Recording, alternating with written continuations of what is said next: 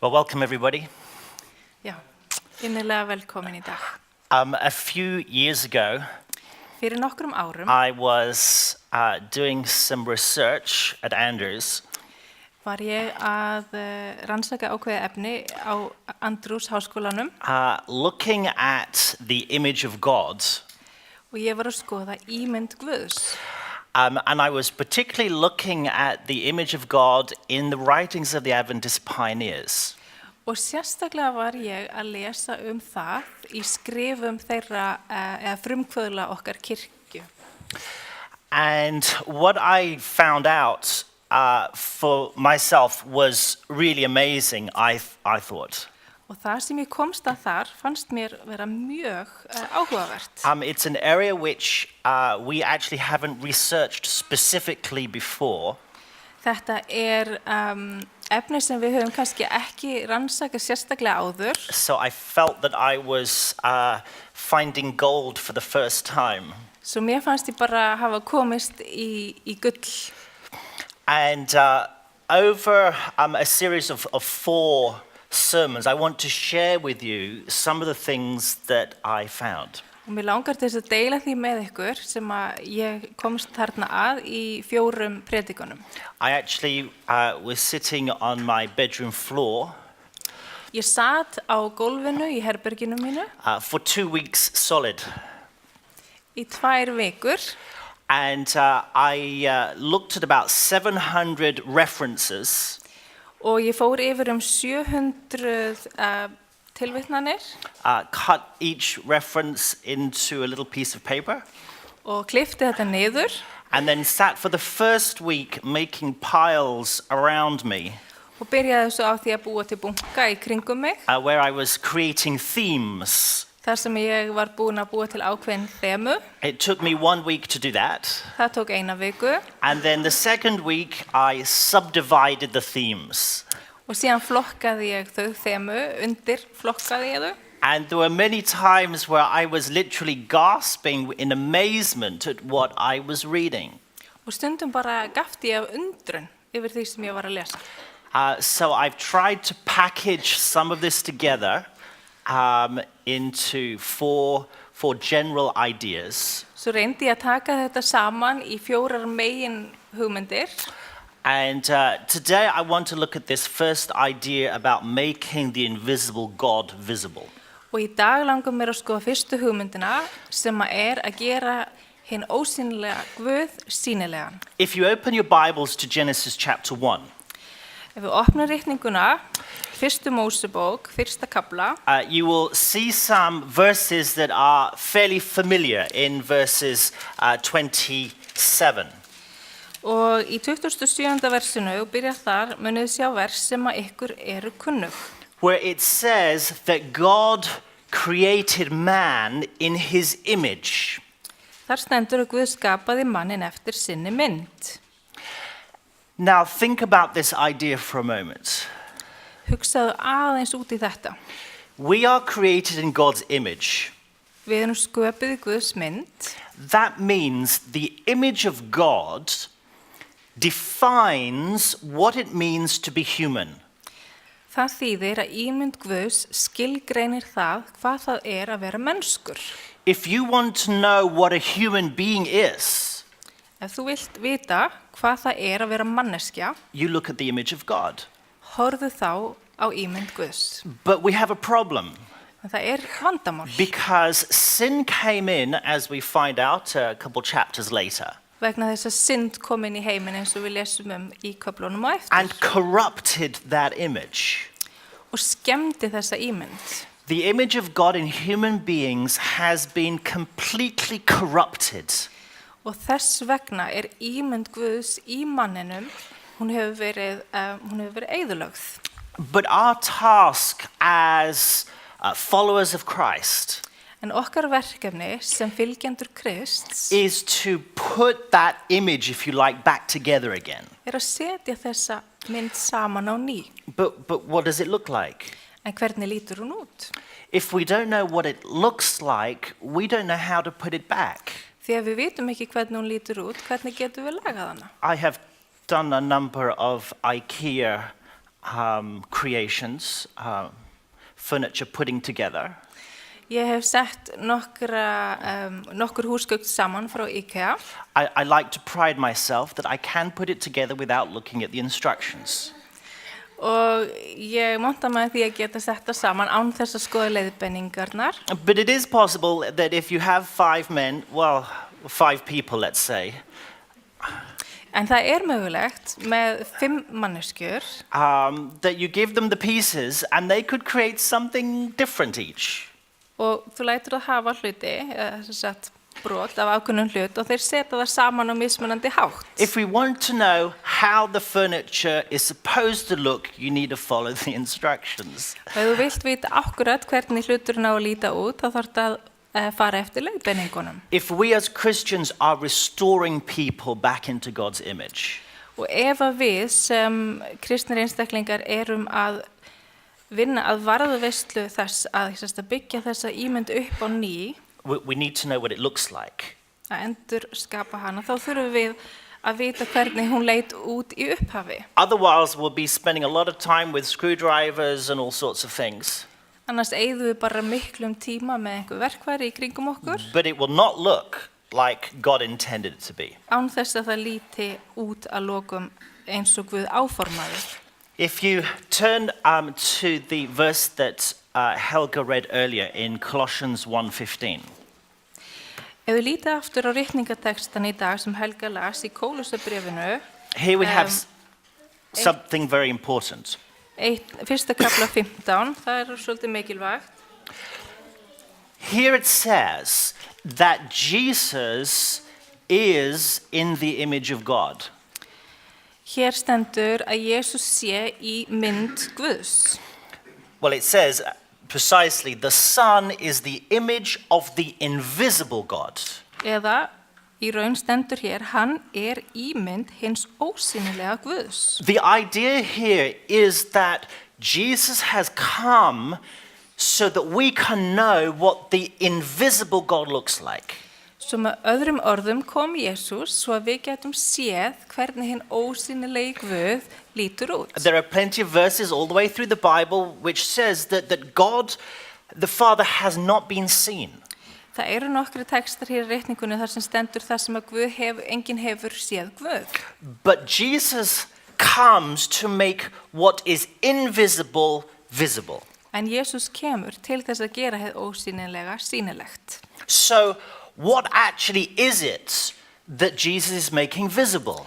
Svo hvað það nákvæmlega sem að Jesús að gera sýnilegt? What are we going to see when Jesus appears? Hvað það sem að við sjáum í Jesús? That gives people an insight into what the invisible looks like. Sem að gefur fólki vitnisburð það hvernig Guð And this is what I'm now going to spend a bit of time illustrating from the writings of the Adventist pioneers. Svo það þetta sem að mig langar að sýna ykkur hvað ég dró út úr þessum gömlu ritum okkar frumkvöðla, okkar kirkju.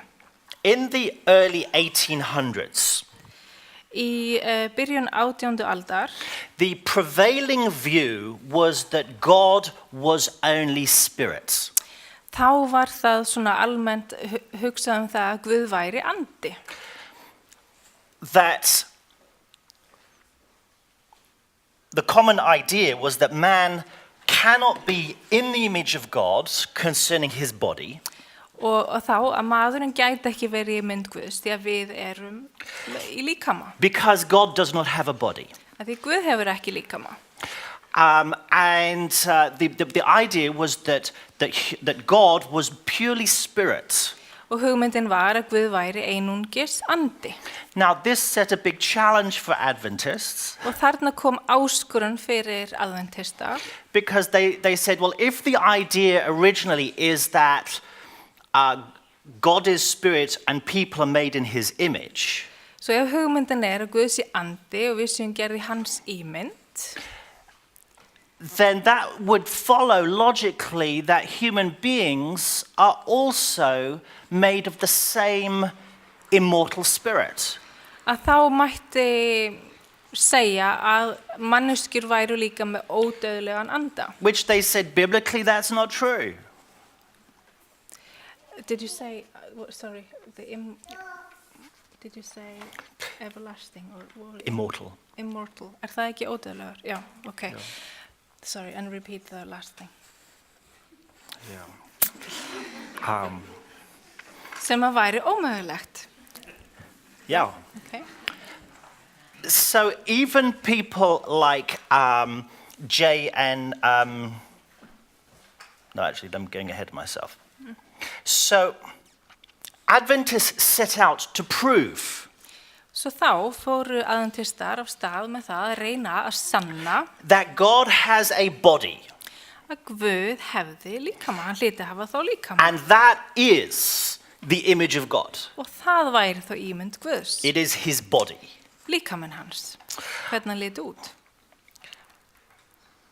James White wrote, Ellen White's husband, Maðurinn hennar Ellen White, James White, skrifaði the idea that the image of God hugmyndin það að ímynd Guðs is his moral image hinn svona sem sagt moral image, sér það?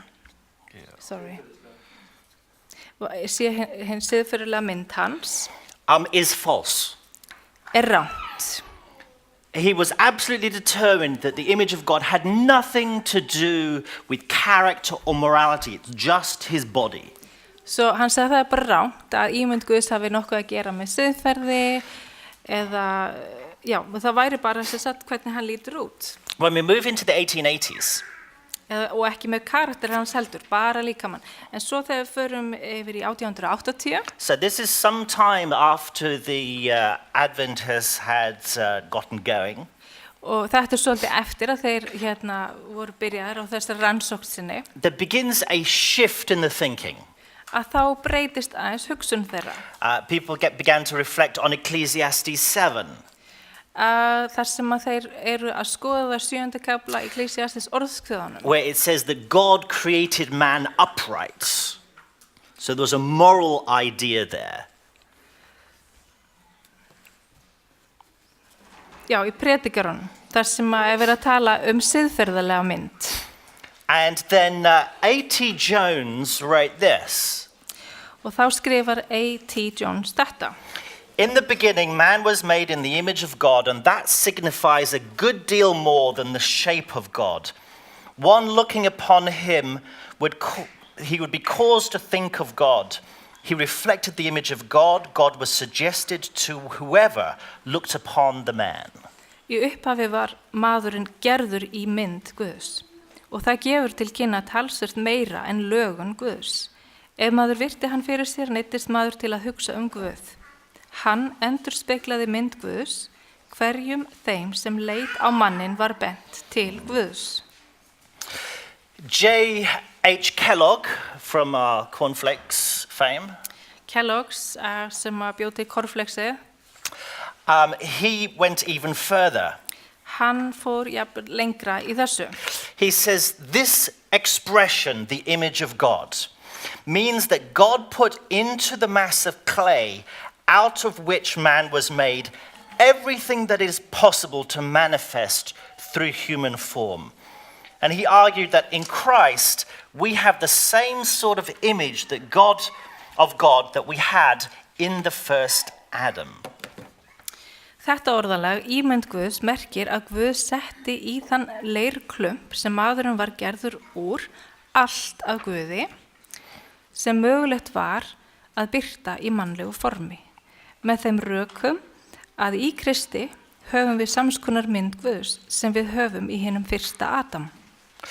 There were about 4 Adventist writers, including Ellen White, Það voru þarna 4 fræðimenn, meðtaldri Ellen White, who began to start exploring this idea of character and morality as being at the heart of the image of God. fóru þá að athuga þetta lyndissenkun og karakter og siðferði sem hluta af mynd Guðs. There's a quote by someone called J.A. Brunson. Og það tilvitnun hér í J.A. Brunson. He talks about the image of God, quoting from Paul. Og hann talar mynd Guðs og vitnar í Pál. He says it is to put on bowels of mercy, old-fashioned King James English, kindness, humbleness of mind, meekness, long-suffering, forbearing one another and forgiving one another. If any man have a quarrel against any, even as Christ forgave you, so also you do you.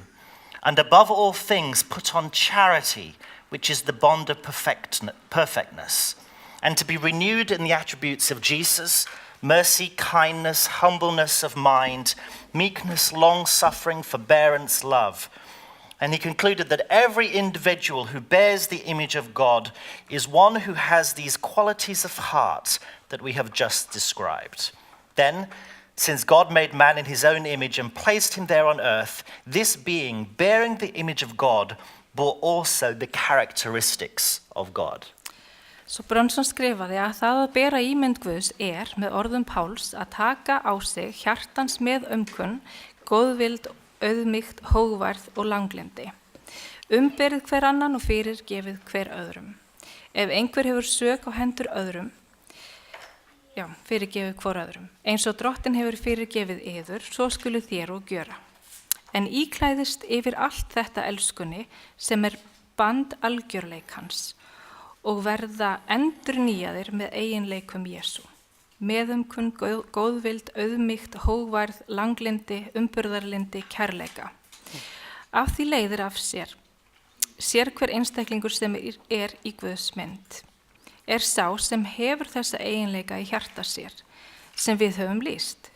Fyrst Guð hefur því skapað manninn í sinni mynd og sett hann hér á jörðu, þá hefur þessi vera sem í mynd Guðs einnig eiginleika Guðs. Now, we started off with the scripture reading in Colossians 1:15. Við byrjum á ritningateksta í Kólussabréfinu 1:15. And it's kind of interesting, a number of Adventist writers take this idea of clay. Það athyglisvert að nokkrir af okkar fræðimönnum taka þessa hugmynd leir. And into this clay we are going to press an image. Og inn í þennan leir ætlum við að þrykkja þessari ímynd. Corliss says this. Corliss segir, I wish the word image could be understood more literally than the English presents it. When we find its meaning in the language that underlies the English, that's the Greek, we find it as this: who is the pressed forth one? That is, pressed forth as features are pressed in wax. Then to be in the image of Christ is to be pressed forth, and his features are to be our features. As if it were pressed in wax, that is the way we are to be. Hann segir, ég vildi að hægt var að skilja orðið ímynd, bókstaflegar, en enskan gefur til kynna. Þegar við finnum merkinguna í tungumálinu sem liggur að baki enskunni, þá finnum við að hún þessi, þeim sem þrýst fram. Það að segja þrýst fram sem eiginleikum sem þrýstir í vax. Að vera ímynd Krists að vera þrýst fram og eiginleikar hans verða okkar eiginleikar, eins og þeim sé þrýst í vax. Þannig okkur ætlað að vera. So in the early 1800s, 1850s or so, so miðja 19. öldina, the Adventist theologians were still unsure about what this image was all about. Að þá voru guðfræðingar okkar enn í óvissu hvað þetta þýddi. But what is very interesting when you read the Adventist newspaper, the Adventist Review and Sabbath Herald. En þegar þú lest blöðin sem kom út á þessum tíma, sem voru gefin út af kirkjunni, Review and Herald, the church members themselves had a much more accurate idea. Þetta voru fréttabréf og þar kemur fram að safnaðir meðlimir sem að skrifuðu þar voru kannski nær því að komast að hvað þetta var í raun. I want to show you some snippets of letters that were written into the Adventist Review. Og mér langar til þess að sýna ykkur brot af því sem að þau skrifuðu í þessi fréttabréf. And I was thinking about, what if we receive letters like this today?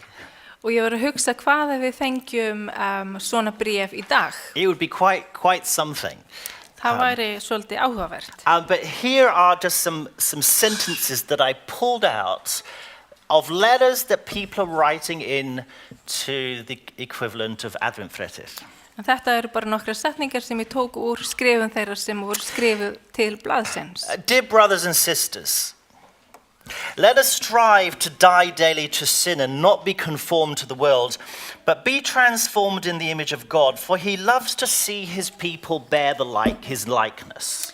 Kæru bræður og systur, keppumst að því að deyja daglega syndinni og gefast ekki heiminum, en umbreytumst til ímyndar Guðs því honum þykir vænt að fólk hans beri svip hans. Another one, I want to reflect the lovely image of God more fully and be meek and lowly in heart. Önnur, ég vil endurspegla yndislega mynd Guðs betur og vera hógvær og af hjarta lítillátur. The nearer I live to God, the more I enjoy and the more I want to be molded into the image of God.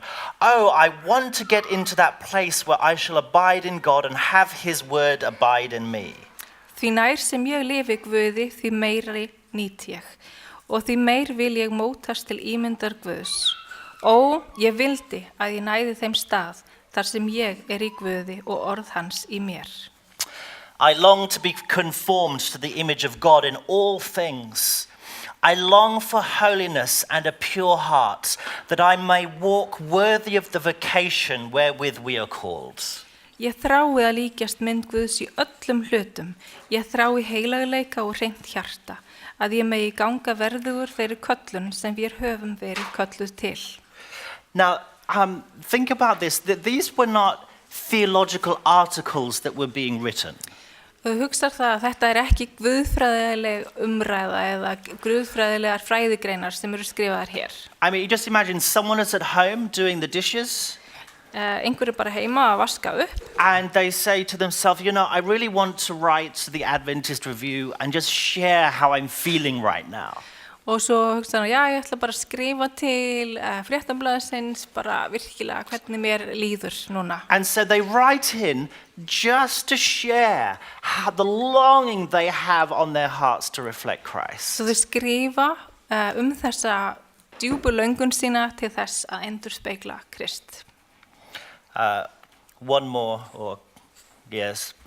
Einu viðbót. Though oftentimes I do not reflect the image of God, as at all times, it is my heart's desire to do so. Yet my determination is to hold out until the end.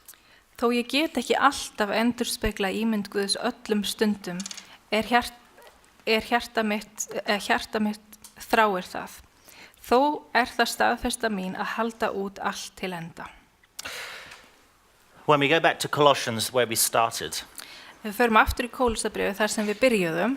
It says that Jesus is the image of the invisible God. Stendur að Jesús sé ímynd hins ósýnilega Guðs. And here's the problem. En hér vandamálið. Jesus is no longer here. Hann ekki lengur hér. He is also invisible as the Father is invisible. Og nú hann einnig ósýnilegur, eins og faðir hans ósýnilegur. So how is the invisible God going to be revealed? Svo hvernig verður hinn ósýnilegi Guð sýnilegur? A Bible text that I love is this one here. Texti í Biblíunni sem að mér þykir mjög vænt hér í Korinthubréfi. I never get bored or I never cease to be amazed about what Paul is writing here.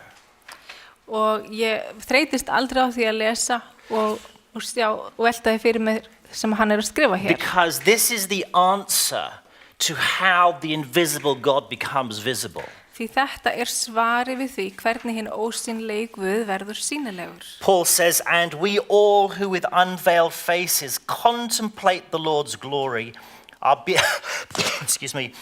being transformed into his image with ever increasing glory.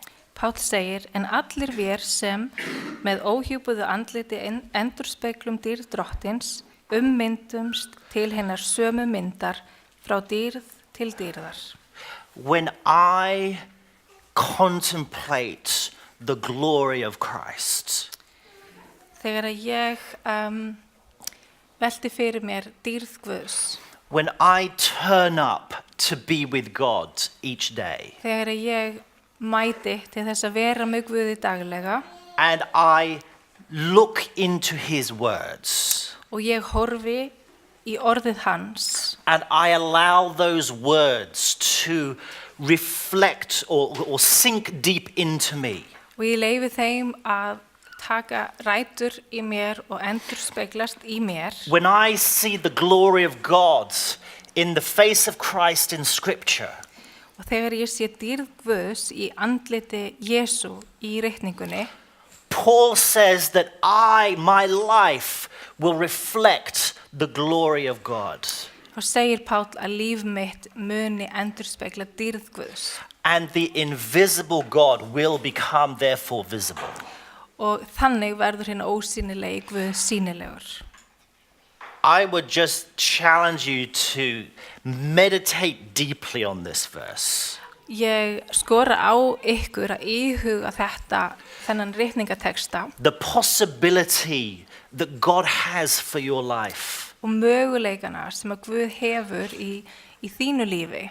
that you can make the invisible God visible as you walk the earth. Að Guð hefur gefið þér möguleika á því að gera þennan ósýnilega Guð sýnilegan í þessum heimi. Let's pray.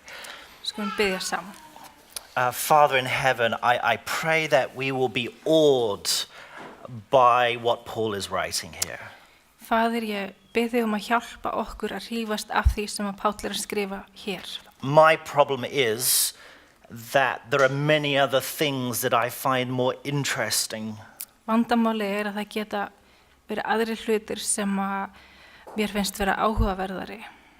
My contemplation is not always on the face of Christ. Og athygli mín ekki alltaf á Jésu.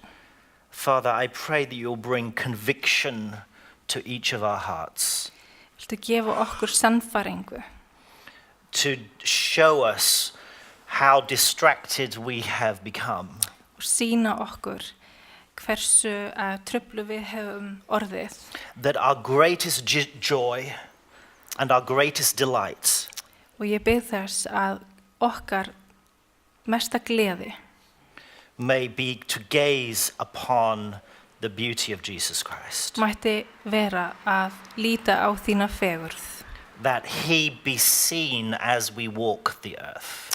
að Jesús mætti vera sýnilegur þegar við göngum þessa jörð. In Jesus' name, Í Jesú nafni. amen. Amen.